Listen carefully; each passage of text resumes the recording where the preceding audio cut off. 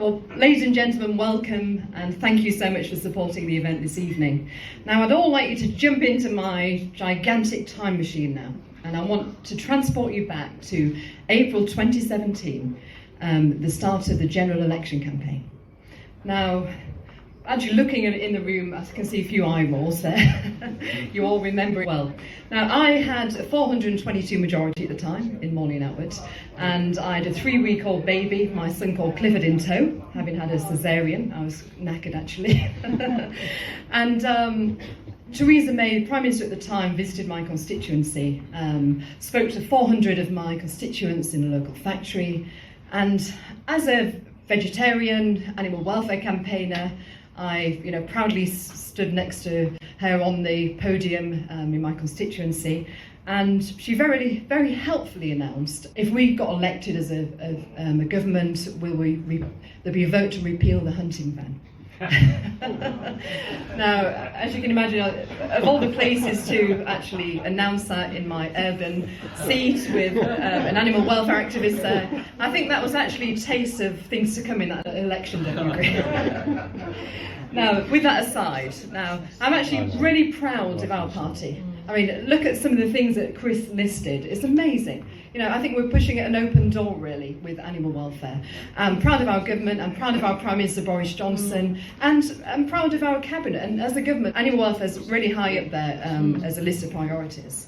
Now, I thought I'd pause for a moment and actually let's look and ponder how we've been leading the way in animal welfare for such a long time. Now, in the UK, we are home of the RSPCA, which is the oldest charity in the world dedicated to improving animal welfare standards.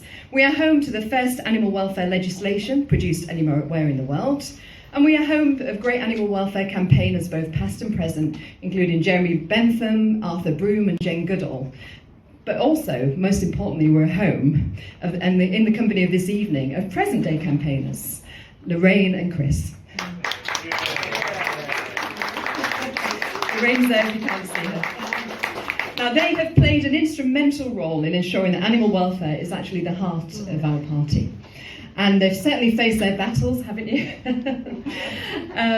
But it's through their determination, their dedication, they've helped to ensure that we've gone from a party who seemed obsessed with allowing that vote on fox hunting 4 years ago to the best party in the UK for animal welfare. I'm sure I speak for us all today when I say thank you and congratulate them on all the work that you do for our animal friends. Now, just pause for a moment. We are proud of our history as world leaders in animal welfare, and as I said, I'm proud of our Conservative government today. We've introduced the Animal Welfare Sentience Bill, the Kept Animals Bill, the Animal Welfare Sentencing Bill, and we'll also be introducing the Animal Abroad Bill, a commitment to ending trophy hunting through to cracking down on pet theft. Now, ladies and gentlemen, I'd be in unfamiliar territory if I didn't mention my other biggest political passion, Brexit.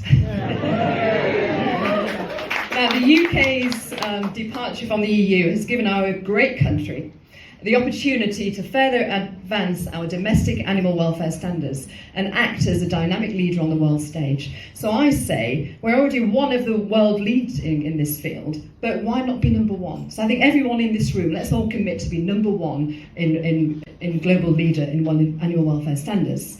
Now, you're not here to listen to me, you're here to listen to our next guest and the Deputy Prime Minister, so I'm just going to finish on an important quote here. It's the 4th of October today, as Chris has already said, World Animal Day, and it coincides with the feast day of St. Francis of Assisi. He was the patron saint of animals, and I think it's only appropriate that we finish off with one of his quotes on animal welfare. The animals of God's creation inhabit the sky, the earth and the sea, and have a part in human life. We therefore invoke God's blessing on these animals over all the creatures on the earth. I'm sure you all agree, those words are important today as they were then. So thank you, and it's a great pleasure actually in introducing our next guest, Stanley Johnson, who is an avid campaigner on animal welfare. Thank you.